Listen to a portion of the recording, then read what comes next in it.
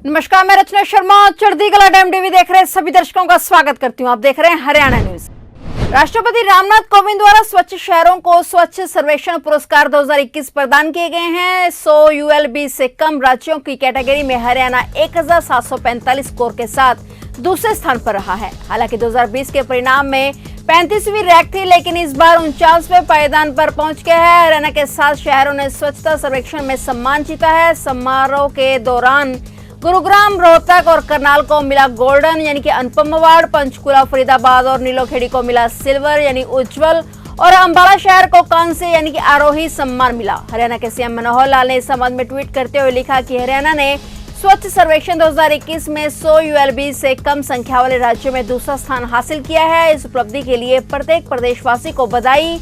इस दौरान सीएम ने अपील की कि आइए हम प्रधानमंत्री नरेंद्र मोदी के नेतृत्व में और प्रयास करके प्रथम स्थान हासिल करने का संकल्प ले। बता दें कि राष्ट्रपति रामनाथ कोविंद द्वारा 342 शहरों को सम्मानित किया गया, जिन्हें स्वच्छ सर्वेक्षण 2021 में गार्बेज फ्री सिटी और सफाई मित्र चैलेंज की श्रेणी में पुरस्कार दिया गया। शहर को सम्मानित करने के लिए कार्यक्रम स्वच्छ अमृत महोत्सव का आयोजन केंद्रीय आवास और शहरी मामलों के मंत्रालय द्वारा किया गया।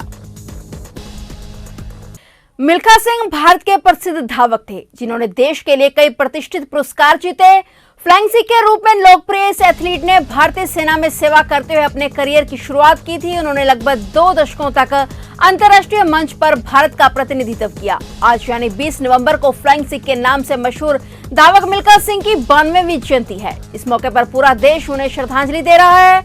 उन्होंने सालों से विदेशी सरजमी पर भारत का नाम रोशन किया है। ऐसे में आज उनकी जयंती पर महान एथलीट को पूरा देश याद कर रहा है। इस मौके पर हरियाणा के मुख्यमंत्री मनोहर लाल ने मिल्खा सिंह को श्रद्धांजलि दी। सीएम ने लिखा कि अपने खेल कौशल से लोगों के दिलों में खास स्थान बनाने वाले फ्लाइंग सिख के नाम से प्रसिद्ध पद्मश्री धावक श्री मिल्खा सिंह जी को उनकी जयंती पर सादर नमन। देश के युवा खिलाड़ियों को सदैव उनसे प्रेरणा मिलती रहेगी। केंद्र की मोदी सरकार द्वारा कृषि कानून वापस लेने का ऐलान करने पर देश भर में किसानों में खुशी की लहर दौड़ गई। इस खुशी को जाहिर करने के लिए करनाल में भी किसानों ने पटाखे फोड़कर और आतिशबाजी चलाकर दिवाली मनाते हुए खुशी जाहिर की। शहर के अम्बेडकर चौक पर किसान एकत्रित हुए और पटाखे फोड़कर और लड्डुओं से मुंह मीठा करवाया गया। एक दूसरे को बधाई दी गई। इस दौरान किसान नेताओं ने सरकार विरोधी नारेबाजी भी की। किसान नेता जगदीप सिंह औलख ने कहा कि आज अहंकारी और तानाशाही प्रधानमंत्री को किसानों के सामने झुकने के लिए मजबूर होना पड़ा, इसलिए आज का दिन किसानों के लिए ऐतिहासिक दिन है। उन्होंने कहा कि प्रधानमंत्री ने आज किसानों से माफी मांगते हुए इन कानूनों को वापसी की जानकारी दी है, इसलिए किसानों को आतंकवादी और देशद्रोही कहने वाले हरियाणा के मुख्यमंत्री मनोहर लाल को भी किसानों से माफी मांगनी चाहिए। तो देख सकते हैं कि सेल्फी खींचते हुए नजर आएंगे आपको किसान नेता मेरे साथ मौजूद हैं। कैसे देखते हैं आज इस 1 साल के संघर्ष पर सभी के लिए बड़ा ही ऐतिहासिक दिन है। अहंकारी तानाशाह प्रधानमंत्री को आज झुकाया गया है, अपनी ताकत से झुकाया है। जो पिछले 1 साल से कह रहे थे ये आंदोलनों में काला क्या है, आज उन काले कानूनों को इस प्रधानमंत्री ने अपने मुंह से वापस लिया है। ये इस देश के किसानों की, सभी भाइयों की और पूरे देश से माफी मांगकर इन कानूनों को वापस किया है। आज हरियाणा की जो सरकार है, यहाँ का मुख्यमंत्री है, उनको भी हरियाणा के किसानों से माफी मांगनी चाहिए। जो उसने 1 साल में गलत बयान दिए, इस आंदोलन में हमें आतंकवादी, देशद्रोही, आंदोलन जीवी बहुत कुछ कहा गया और आज उन्हीं देशद्रोहियों ने गोड्डा रख के उसकी गर्दन पे ये कानून वापस करवाने का काम किया है। बहुत बड़ी जीत है। एक आम आदमी को, आम किसान को इससे ताकत मिली है।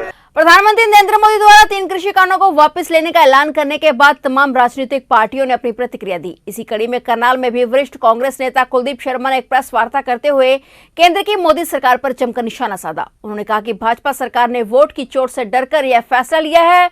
कुलदीप शर्मा ने कहा कि सरकार के इस फैसले का मैं उस दिन स्वागत करूंगा जब एमएसपी पर लिखित कानून बन जाएगा, जब किसानों पर दर्ज मुकदमे वापस ले लिए जाएंगे और किसान के आंदोलन के दौरान शहीद हुए किसानों के परिवार वालों को नौकरी और मुआवजा मिलेगा। उन्होंने कहा कि अगले वर्ष 5 राज्यों में होने वाले चुनाव में अपनी हार के डर से भारतीय जनता पार्टी ने काले कानूनों को वापस लेने का फैसला लिया है। इसी के साथ कुलदीप शर्मा ने प्रदेश के मनोहर लाल सरकार को लेकर भी एक बड़ी भविष्यवाणी की। उन्होंने कहा कि 2023 के अंत तक राज्य की खट्टर सरकार का पतन हो जाएगा। उत्तर प्रदेश और अन्य राज्यों के चुनाव में अपनी दिखती हार को देखकर देश के प्रधानमंत्री और भारतीय जनता पार्टी की सरकार ने अपना हठधर्मिता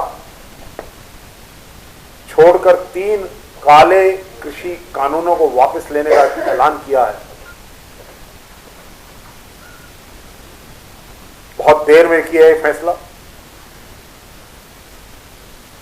देश को बहुत हानि हो चुकी है, लेकिन देर आए दुरुस्त आए। प्रधानमंत्री के निर्णय का अभी स्वागत तो नहीं किया जा सकता, क्योंकि कारण कुछ और है।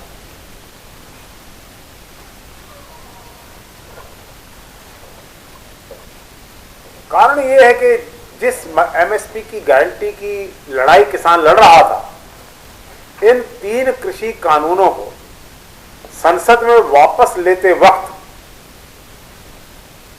अगर देश के प्रधानमंत्री एमएसपी की गारंटी का कानून लेकर आए तब मैं स्वागत करूंगा। 600 से ऊपर लोग शहीद हो गए। हरियाणा की श्री मनोहर लाल खट्टर जी की सरकार ने उन पर लाठियां चलाई, आंसू गैस के गोले और पानी की बौछारें की। उनको आतंकवादी कहा उनके सरकार के मंत्रियों ने, देशद्रोही तक कह दिया।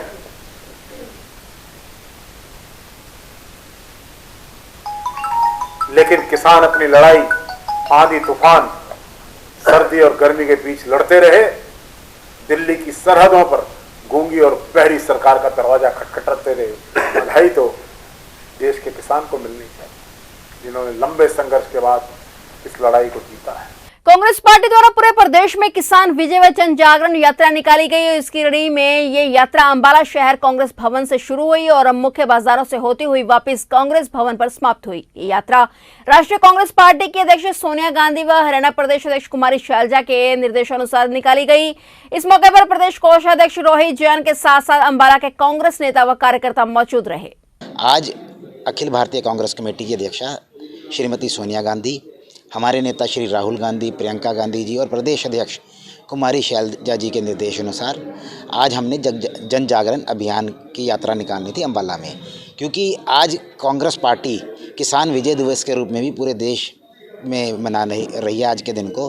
तो जो ये यात्रा है, एक तो बढ़ती हुई महंगाई और आसमान छूती हुई कीमतों के विरुद्ध हमारी ये यात्रा है, साथ ही जो हमारे ये जो किसानों की जीत हुई है, तो किसान विजय यात्रा के रूप में आज हम ये यात्रा निकालेंगे, जो यहाँ से कांग्रेस भवन अंबाला शहर से शुरू होकर विभिन्न बाज़ारों से जाते हुए जाकर जगाधरी गेट पर समाप्ति होगी।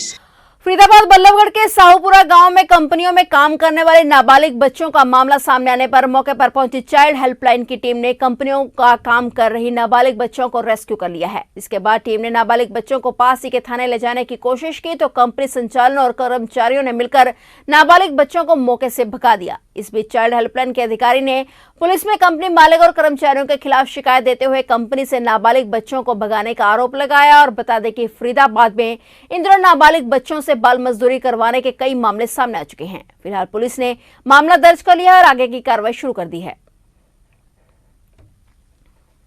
जिला यमुनानगर के गांव कांचनू व अलाहर के बीच लग रही चिकन फैक्ट्री का क्षेत्र के लोग विरोध कर रहे हैं, जिसको लेकर कांचनू गांव के शहीद उधम सिंह पार्क में एक महापंचायत का आयोजन किया गया, जिसमें कई सामाजिक, राजनीतिक और क्षेत्र के लोगों ने भाग लिया और कहा कि यह वहां पर चिकन फैक्ट्री नहीं लगने दी जाएगी और इसको लेकर चाहे क्षेत्र के लोगों को किसी भी हद तक जाना पड़े। वहीं इस मौके पर क्षेत्र के कई गाँवों की महिलाएं भी विरोध करती दिखी। हालांकि फैक्ट्री संचालक अंकित विनायक ने बताया कि यह चिकन प्रोसेसिंग फैक्ट्री है, इसमें किसी भी तरह के पशुओं की हत्या नहीं की जाएगी और ना ही कभी इसमें पशुओं का वध किया जाएगा। उन्होंने कहा कि हम लोग भी हिंदू समाज से हैं, यह सिर्फ पोल्ट्री चिकन प्रोसेसिंग फैक्ट्री है, इसके लगने से किसी तरह की कोई गंदगी या बीमारी फैलने का कोई डर नहीं है। मेरा नाम अंकित विनायक है। सर, एक कांजड़ू गांव के पास एक चिकन की कोई फैक्ट्री लग रही है, जिसका गांववासी काफ़ी विरोध कर रहे हैं, तो क्या है सर ये मामला पूरा, इसके बारे में बताएंगे सर? आपने बहुत अच्छी चीज़ बोली और शुरुआत बहुत अच्छी वर्ड से बोला, चिकन प्रोसेसिंग फैक्ट्री है।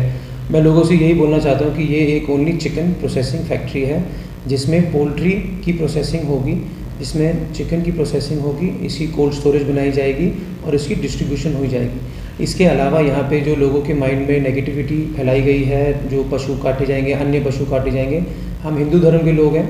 आपको कभी भी लगता है किसी भी मौके पे कि हमें आपको कि बड़े जानवर आएंगे या कुछ आएंगे, पहली बात तो उसका लाइसेंस उपलब्ध नहीं हो सकता। पर हमें जो लाइसेंस मिला है सेंट्रल सरकार से, वो मिला है ओनली पोल्ट्री प्रोसेसिंग के लिए। क्या सर इसमें कोई ऑप्शन है कि कल को आप पशु को भी यहाँ पे काट सकते हो, या इसकी मान्यता मिल सकती है? सर कभी भी कोई भी डिपार्टमेंट अलाउ नहीं करेगा, और उससे पहले हम लोग भी कभी भी नहीं इस लाइसेंस के लिए अप्रोच करेंगे, बिकॉज हमारा धर्म के अगेंस्ट है कि हम लोग कभी कोई लार्ज एनिमल का स्लॉटर करने का सोचें।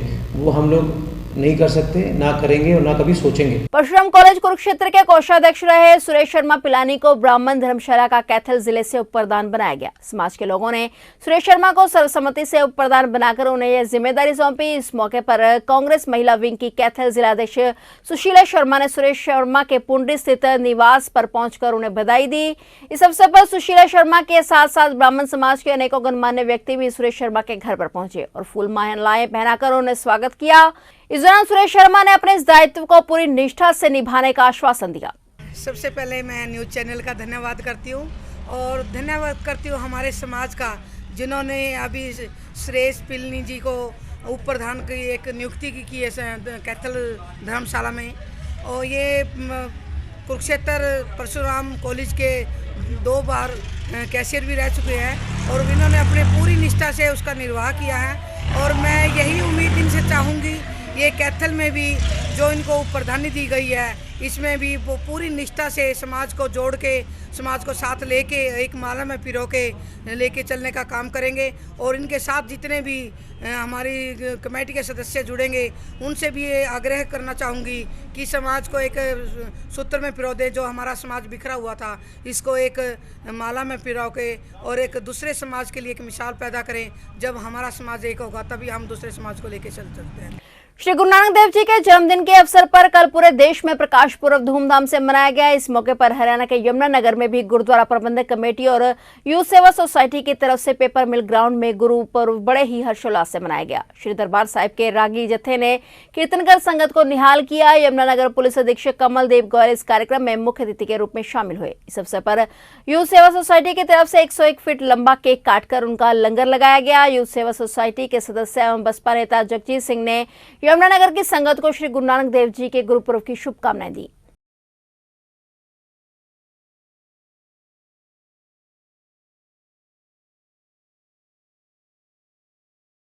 मैं जगजीत सिंह प्रधान यूथ सेवा सोसाइटी अपने आज साथियों नाल इत्थे श्री गुरु नानक देव जी के गुरपुरब के 101 फुट केक का असीं लंगर लगा रहे हैं। आज गुरु नानक देव जी का गुरपुरब ਲੱਖਾਂ ही संगतां पूरे विश्व के विच बहुत ही चढ़दी कला उल्लास नाल मना रही ने। तो साढ़े संगतां वालों भी अपने यूथ सेवा साढ़े नौजवान साथियों वालों भी उपले सीगा कि कुछ अलग करिए, तो इसलिए असीं संगतां लई इत्थे 101 अपना फीट का केक लगाया है। सोसाइटी गुरु नानक देव जी गुरपुरब कई सालों से मना रही है, और आज पहले भी हमने 5-10 फुट के 50 फुट के लगभग केक बनाए हैं। तो इस बार थोड़ा साइज़ हमने कहा चलो और संगत की खुशी ले, तो संग इसलिए हमने इसको 101 फुट का साइज़ करके संगत की खुशी लेने का हमारा प्रयास है।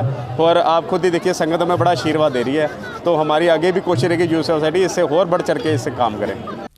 फिलहाल हरियाणा न्यूज़ में इतना ही। तब तक के लिए देखते रहिए चढ़ती कला टाइम टीवी और मुझे दीजिए इजाजत। धन्यवाद।